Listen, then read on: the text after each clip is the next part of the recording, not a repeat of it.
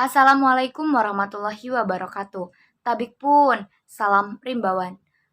Oke baik, jadi di kesempatan kali ini saya selaku mahasiswa dari jurusan Kehutanan akan sedikit mereview mengenai jurnal yang telah saya rangkum ke dalam bentuk PPT, yaitu dengan judul Karakteristik Ular Sanca Batik Piton reticulatus yang dipanen di Sumatera Utara, yang mana jurnal ini diterbitkan oleh Jurnal Penelitian Hutan dan Konservasi volume 14 nomor 1.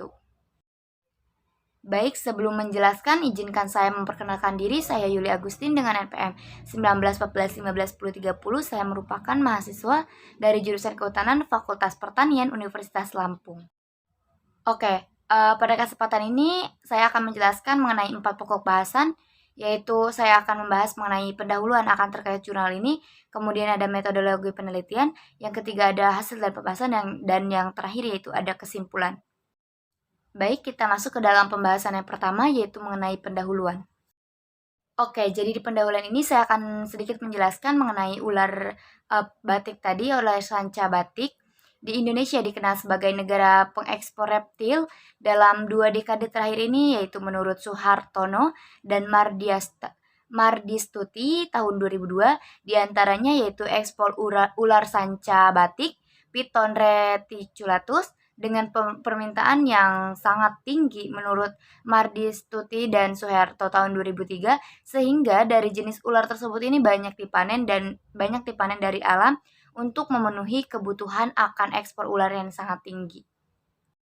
Selanjutnya, tingginya tingkat eksploitasi dan pemanfaatan sebagai komoditas ekspor menyebabkan ular sanca batik ini menjadi salah satu spesies yang mendapat perhatian dunia nih, karena terkait dengan kelestariannya, populasinya itu ke depannya seperti apa, dan pemanenan di alamnya itu bagaimana.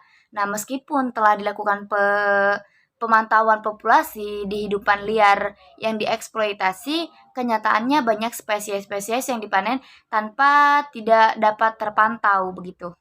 Nah, maka dari itu untuk menetapkan jumlah panen lestari dibutuhkanlah data laju pertumbuhan populasi dan ukuran populasinya di alam.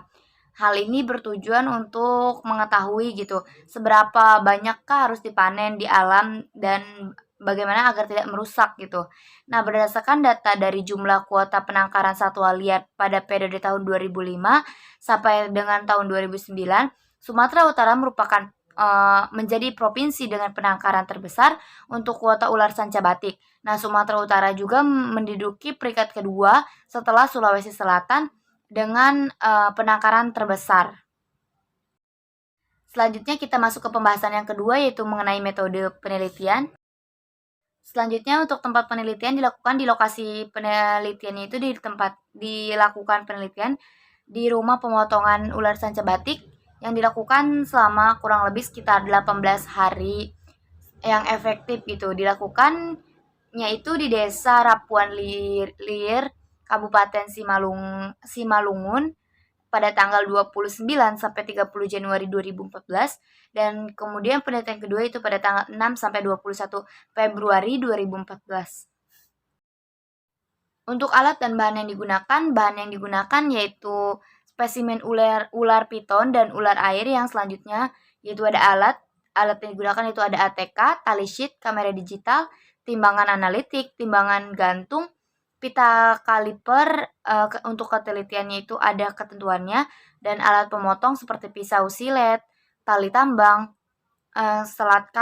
selang, kantong plastik, kertas, label, dan lakban. Nah, untuk metode sendiri, metode yang digunakan itu dengan pendekatan dasar yang dilakukan untuk mengumpulkan informasi nih tentang spesimen yang akan dipotong seperti apa. Kemudian ada variabel mortometri yang diukur dengan SVL, yaitu panjangnya tubuh mulai dari moncong sampai dengan kloaka atau botol tubuh, dan jenis kelaminnya seperti apa.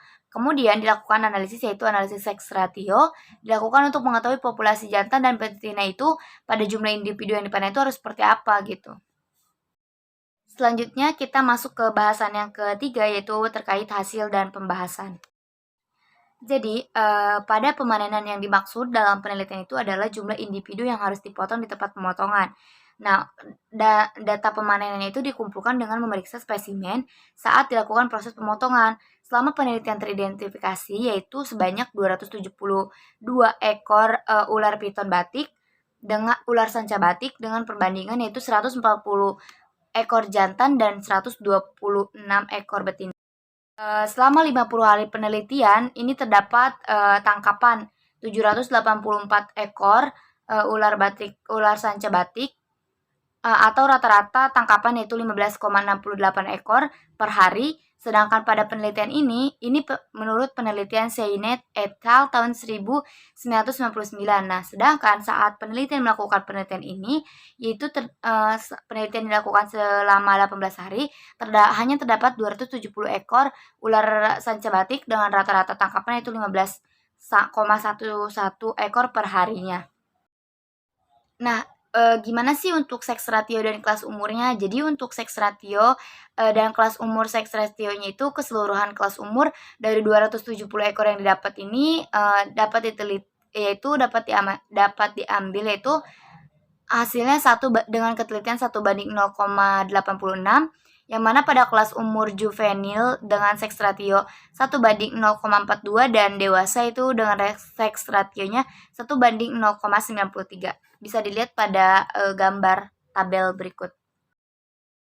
Nah, untuk mortometrinya itu gimana sih? Nah, rata-rata SPL untuk pengamatan ular sanca batik ini dipanen yaitu 272,67 cm dengan peubah SPL-nya itu berhubungan nyata dengan bobot tubuh gitu. Jadi pengukuran itu ada kaitannya dengan bobot tubuh. Dan berdasarkan hasil korelasi dari regresi antara pertambahan SPL dengan bobot tubuh secara keseluruhan, ini diperoleh nilai R kuadratnya itu kurang lebih 0,826.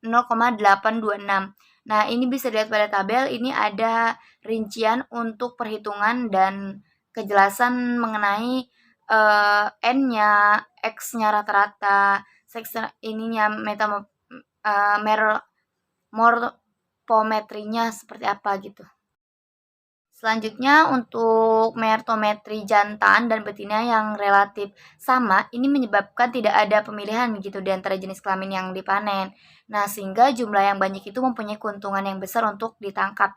Jadi sistemnya itu kayak evolusi gitu. Jadi kalau misalkan semakin banyak si jenis tersebut, maka semakin besar kemungkinan untuk ditangkap itu yang dapat lebih banyak jenisnya gitu.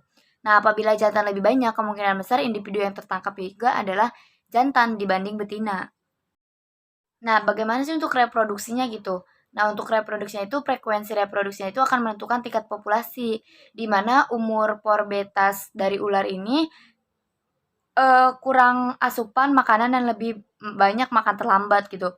Tidak semua dewasa itu dapat dipanen dan berada pada kondisi reproduksi aktif.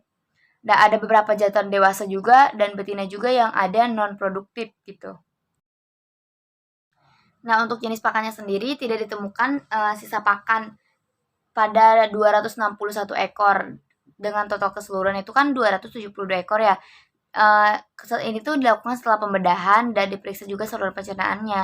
Nah, untuk tikus dan ayam itu yang ditemukan pada saluran pencernaan itu menimbulkan dugaan bahwa habitat tangkap. Jadi ada dari sisa yang tadi nggak ditemuin itu, ada juga yang ditemuin itu tikus dan ayam yang menjadi bahan pakan gitu. Selanjutnya ini pendugaan perubahan struktur populasi di mana terdapat kecenderungan perubahan ukuran SPL yang dipanen saat dibandingkan panen 18 tahun yang lalu gitu. Jadi untuk sekarang penelitian itu ada perubahan yang signifikan. Nah, untuk perbandingan dari mortometrinya itu melihat dari tren pemanen yang terjadi di Sumatera Utara. Jadi awalnya memang tidak dilakukan metode ini. Nah, melihat tren yang dilakukan banyak itu akan terkait metode ini, maka dicobalah metode ini. Selanjutnya kita masuk ke bab yang terakhir yaitu bab kesimpulan. Nah, dapat kita simpulkan bahwa dari proporsi jantan dan betina yang dihasilkan pada penelitian ini sebenarnya itu normal gitu karena lebih banyak jantan daripada betina. Nah, kemudian untuk keseimbangan dari jumlah jantan dan betina ini sangat penting memang untuk menjamin keberlangsungan populasi gitu.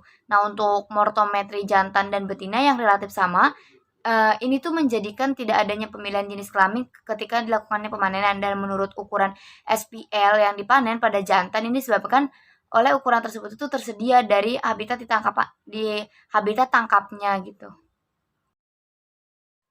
Nah, mungkin itu saja presentasi yang dapat saya sampaikan. Apabila ada kesalahan kata atau dalam penyampaian saya kurang berkenan, saya memohon maaf. Kepada Allah saya memohon ampun. Wassalamualaikum warahmatullahi wabarakatuh.